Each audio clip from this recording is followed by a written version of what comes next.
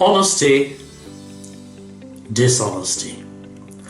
You will find it everywhere on earth. But the worse the economic situation of the people, the more they will tend to try and make some extra money with dishonest activities. Specifically, relating to the Philippines, an expat told me that corruption is so widespread, it is just called doing business. I have lived here for 3.5 years, he says, and I have experienced it in every aspect of life. Another expat Googled a list with 170 countries ranged by level of business-related corruption and found that the Philippines rated number 2, only preceded by Somalia. Now, does that mean that all people in the Philippines are dishonest? Of course not.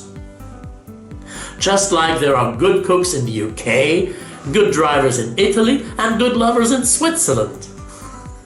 But you already knew that worn-out joke, didn't you? No, this is not a Filipino bashing video. My aim is to forewarn expats and travelers about the most common methods used to con people and explain how they can arm themselves against it. And I couldn't have done that without the help of numerous expats who shared their experiences and advice. My name is Paul, and you are watching the 10th episode of The Expat Files.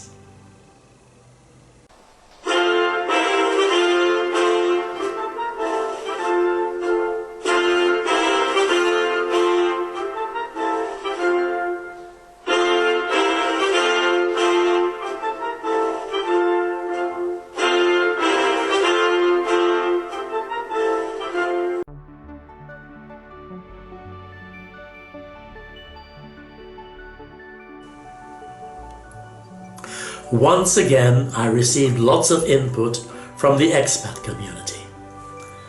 Thanks a lot, guys. And guess what? 90% of the anecdotes they shared with me have to do with taxi drivers. With that input, I could actually make a separate episode about taxi drivers. I'm not going to do that, but their stories were so plenty that I couldn't possibly start quoting them. That's why I summarized their experiences into sort of a list of tricks that taxi drivers use to con their customers, especially if these customers are white-skinned and therefore considered Rockefellers in the Philippines. Of course, not using the meter and then overcharging you is the most common method for a taxi driver to make more money. Sometimes they will offer you a fixed rate, but when you drive the same stretch again in a metered taxi, you will find that this fixed rate is up to double the price of what you pay on the meter. One of the arguments they may use to charge you a fixed fee is that they cannot get a passenger back from your destination at that time of day or night. They may also try to charge you extra when traffic is too heavy. Sometimes they will just say that their meter is out of order, but when you get out again, that problem is miraculously solved. They are also known to take a detour to make the ride longer. Several expats told me that the taxi drivers in Manila are the most dishonest ones in the country, and that they are much more honest in Cebu and Davao. But that doesn't mean that you shouldn't be on your guard in those cities as well, as many people from the province go to Manila to work as a taxi driver, pick up the local mentality, and then return to their hometown to drive a taxi there, importing the corrupt ways they have learned in the capital. A more devious trick is that some taxi drivers fix an extra cable to their meter so they can make it run faster. An expat claims that in Manila, 50% of the taxi meters are running 40 to 60% faster. Only in time, not in distance. Make sure to have small bills in your pocket, because here's another con. When you pay a 500 peso ride with a 1000 peso bill, they will tell you they don't have change. Tell them you have no intention whatsoever of paying them twice the price that you will go and change the bill in a mall or a store or something. They don't like to lose time while you are trying to find someone who can change your 1000 peso bill, and often they will just pull out a wallet and give you the change. Don't be surprised if a taxi driver tries to make you pay for a flat tire. Don't walk into that trap. That tire was probably worn out beyond repair before you boarded the vehicle. They may try to get you to pay baggage fees or pay for the gas on long distance. Remember, there is no such thing as baggage surcharge on taxis, and the price of the gas is already calculated into their metered rate. They may even try to make you pay for their speeding tickets or a fine for driving an unroadworthy taxi. So far for all the stories of expats who got conned by taxi drivers. But there are also those who had positive experience with taxi drivers. Like the man who left all his belongings in a Grab car. The guy drove an hour back and returned everything. Another foreigner told me about some amazingly honest taxi drivers. A driver bought him drinks and snacks because traffic was so bad. Another one switched off his meter with about 45 minutes still to go to their destination, because they stopped at McDonald's and bought him lunch and drinks. Yet another one waived his fee about 250 meters from destination because he couldn't drive on as his radiator exploded because of overheating. Another expat had lunch in the food court of a mall in Manila. Then his wife went shopping and he took a walk around the food court while waiting for her to come back. The other diners shouted at him that the taxi driver had found his phone under his seat and handed it in, so he was able to retrieve it.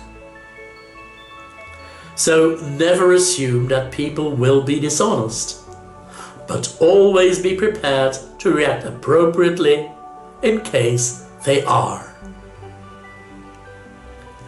An expat gives 6 tips for dealing with taxi drivers. 1.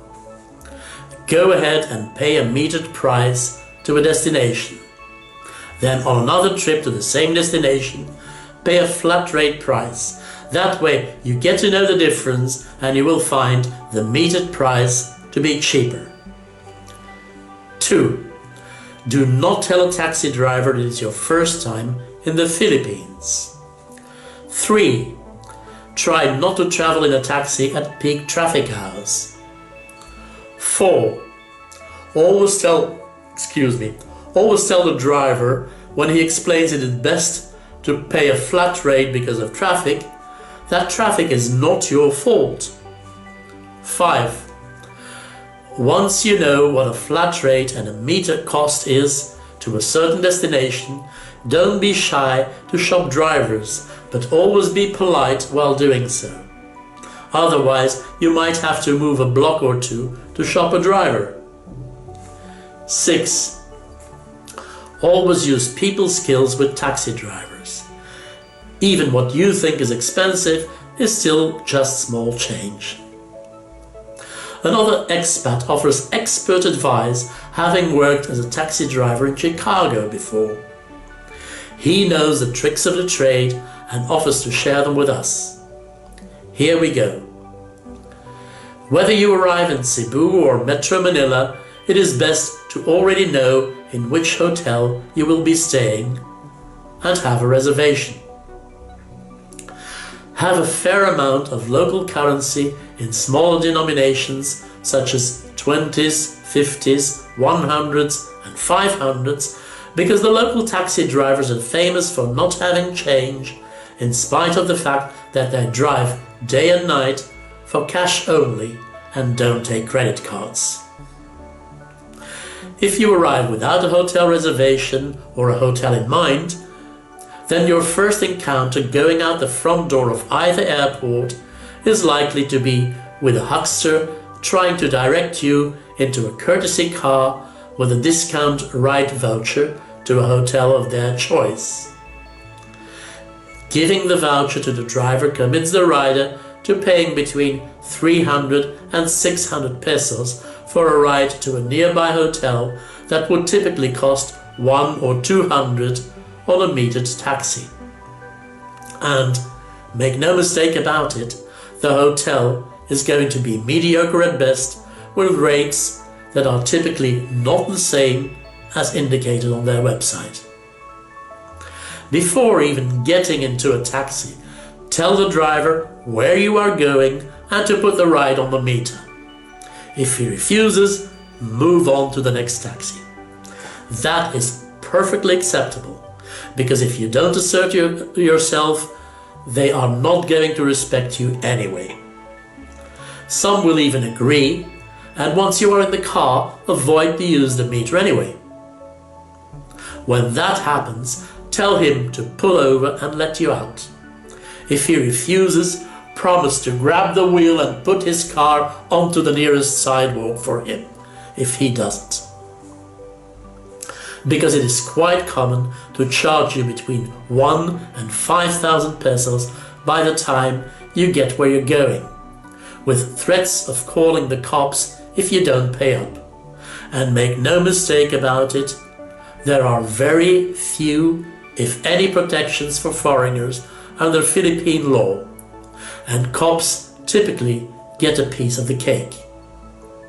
If you are riding in the back seat, watch the driver's hands.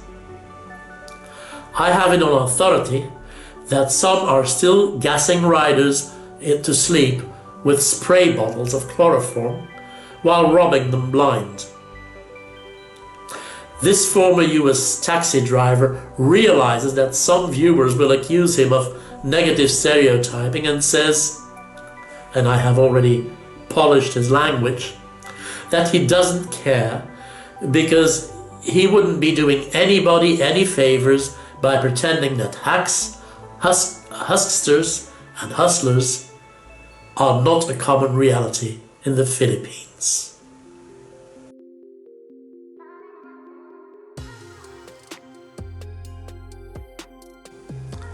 In Europe, and I guess in the USA as well, although I've never been there, most gas stations don't offer pump service anymore.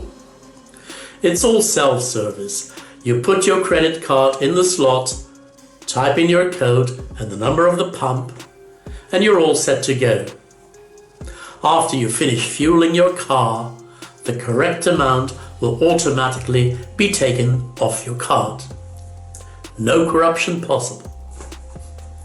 In the Philippines, where labor is still cheaper than automation, you still get served. You open your gas tank from inside, or if you're still driving an older vehicle, you hand your key to the gas station attendant so he can open your gas tank, and you tell him if you want a full tank or just for a certain amount. If you like, you can stay in your driver's seat while you are being served. But I would not recommend that you do that. You see, a common trick used by gas station attendants is that they don't put the pistol back in the hook after fueling the previous car, so the meter will continue as they fuel your car. That way, you pay for your own fuel, plus the one of the previous car, which is of course already paid for. So their profit is in the amount that the previous customer already paid. For example, the previous car fueled for 500 pesos and your full tank amounts to 1250 pesos. The amount indicated on the meter will be 1750 pesos. Those extra 500 pesos will be divided among the gas station attendants. Whenever you fuel your car, always get out, stand next to the pump, and the gas station attendant will immediately realize that you know how the con job works. And he will point to the meter saying, "Zero, sir." Again, not all gas station attendants are dishonest. An expat dropped his wallet with over 15,000 pesos at a gas station, and it was returned to his home. They found the address on the driver's license. Even before he knew it was gone, and nothing was missing.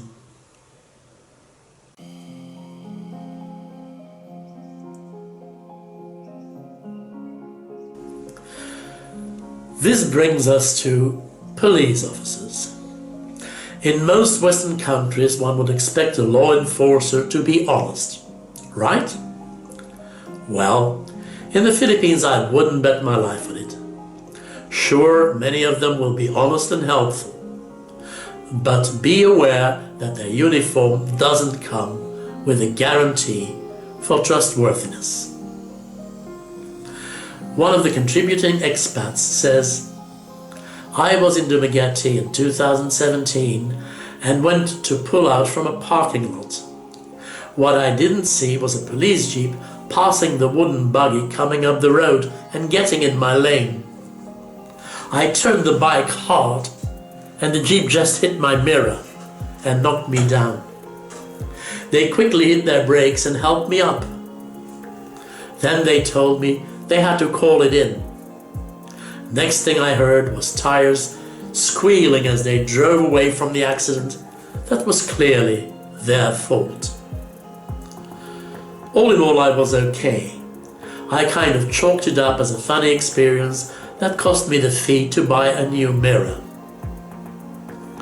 Another expat reported corrupt motorbike cops shaking down taxi drivers at lunchtime for what they can grab.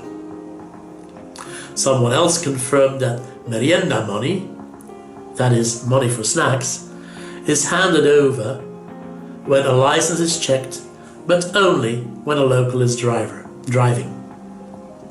Just one tip: when a policeman stops you for a traffic offence, make sure he writes you an official fine, which costs about 250 pesos.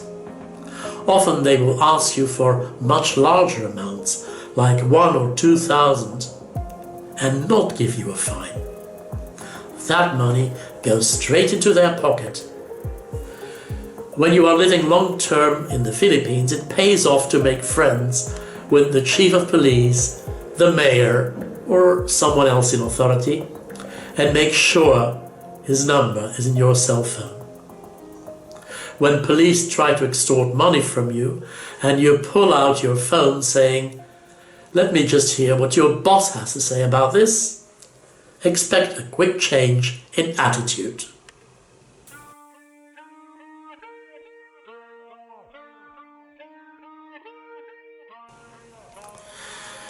One expat says, "Business people are often my worst experiences here. Either I'm getting charged double, promises are not kept, or I'm just outright scammed.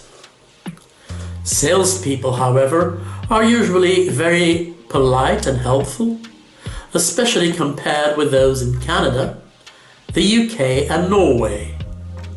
But sometimes they lack motivation or are just plain lazy. When they say a product is out of stock, they really mean that they can't be bothered checking." Another expat shares his experience when he stopped at a Harley-Davidson dealer in Manila to buy shirts for a friend watching his place in his absence. As he had a driver waiting, He paid and hurried out. As it turned out, she had charged him just short of $100 for 2 t-shirts. Most sales ladies are quite honest, but it pays to keep your mind to it when you go shopping. Always ask yourself, is this a fair price? And check your change. Also, stay alert when you go to the market. Recently I saw that at some markets they put prices like X pesos per kilo, but often items at markets are not priced, so they can ask anything they like.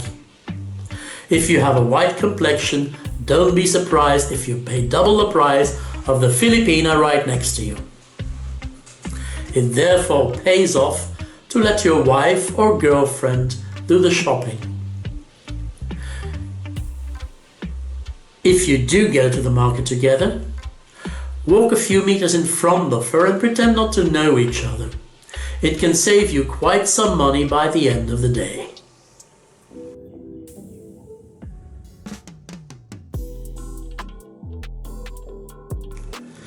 Someone says, yes, there is corruption in the Philippines. And for many of us, that is handy sometimes. I received my NBI clearance after 1 hour, while it normally takes minimum 4 days for a foreigner. When you know that you can speed things up by bribing people, who wouldn't be tempted? But when we do that, we shouldn't complain about these people being corrupt, because by offering them a bribe, we are encouraging this behavior. Let's look at 3 different scenarios of the same case study. In the first example, you ask how long it will take to get your NBI clearance.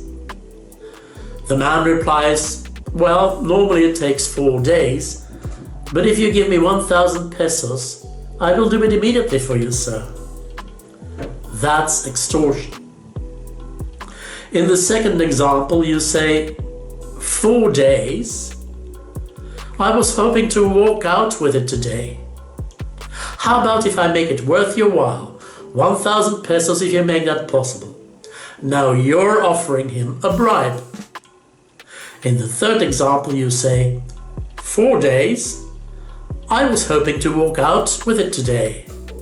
And the man says, I'll see what I can do, sir.